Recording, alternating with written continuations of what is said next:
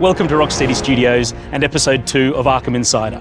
Last time we flirted with the all-new feature, Dual Play. But this time we're going to take you on a Dual Play buffet. And for dessert, we're taking video questions from an Arkham superfan.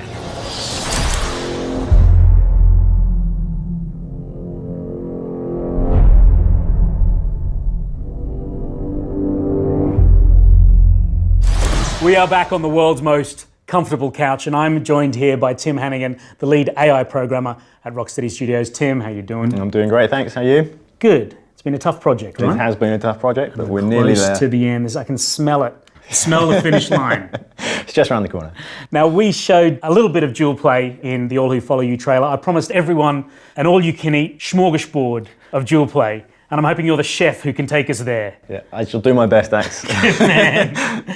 Talk us through where we're at and what we're doing. So what we're seeing here is Batman and Nightwing. They're going to team up. They've been tracking down Penguin. Mm-hmm. He's got these weapon caches throughout the city. So he's got these locations, he's hiding weapons, he's stockpiling weapons, he's kind of supplying the weaponry to the other people in Gotham City. Okay. And you and Nightwing have teamed up to try and track him down. So you as Batman are going to try and infiltrate and join up with Nightwing inside the cache to take out the enemy. And we make a classic Batman entry straight through the ceiling and then seamlessly straight into combat. As always, straight into combat. So obviously the big goal with our combat system is always to go straight into combat and to be seamless once you're there. And then talk us through what happens from here in the context of Dual Play. So from here, you're both fighting at the same time. The AI is taking control of the character you are not controlling. Cool. At any point, as Batman, for example, you can switch to Nightwing, and the AI will switch to take control of the other character. If you're building your combo with Batman and you see that there's an enemy over by Nightwing you want to take out, you can switch to Nightwing, you'll keep your combo. If you've got your special charged up, you can instantly use your super combo takedown on that thug. Super combo takedown, and that's these sort of epic takedown moments where both characters team up for a complete KO on that thug. Yeah, if you build up your takedown meter by hitting the thugs, then when you've got enough charged up, you can execute that Dual Play takedown. And then what about other features that we've seen previously in free flow combat? We've got weapons that you can pick up off the ground, we've got double and triple takedowns.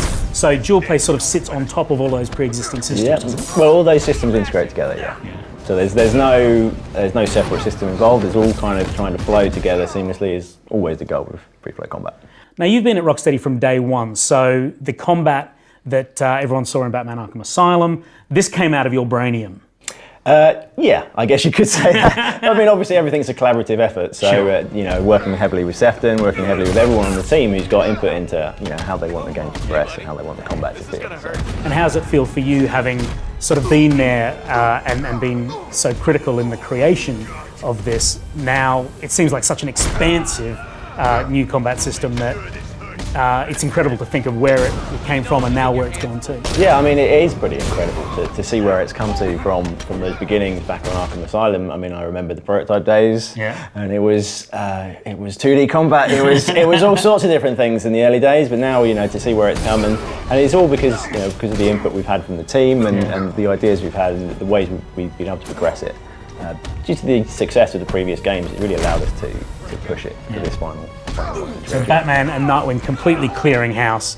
It's an epic looking fight. The number of enemies that we've got in combat just seems to be almost out of control. We definitely had to up the count this time to account for the fact that there's 2 heroes in the room. Makes perfect sense. Tim, I think Dual Play is going to be one of those features that people go crazy for when they get their hands on Batman Arkham Knight. You have done an awesome job with this, but I know you're busy. You've got to get back to it, right? I do indeed. Thanks for your time. No problem. Tim Hanagan.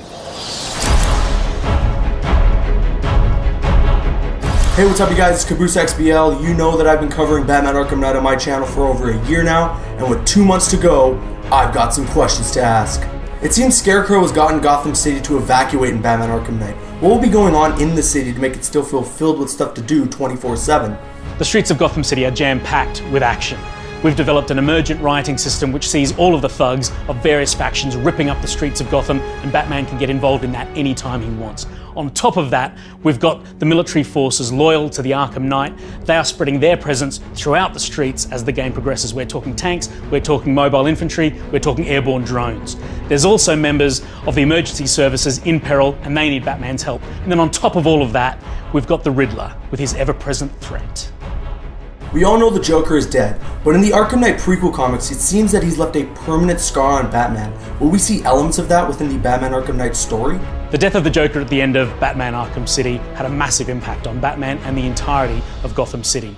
The chaos that Joker represented is no longer there, and that has allowed the Scarecrow to unify all of the forces of the Rogues Gallery, and that spells bad news for the Dark Knight. Besides the Batmobile, of course, what would you say was the most fun and most challenging new feature to create in Batman Arkham Knight?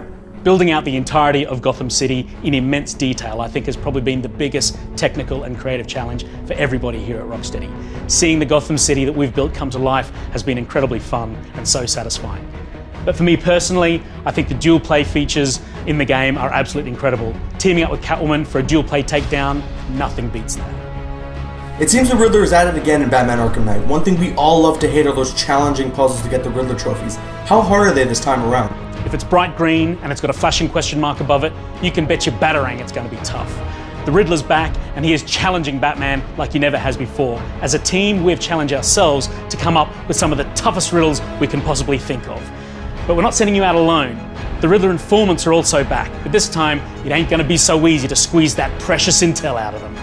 Thank you so much for answering all the questions, and if you want to know where to find me, just search Caboose XBL on YouTube or shine that bat signal up in the sky. See you guys later. If you've got any questions for us at Rocksteady, send them in and we'll answer as many of them as we can.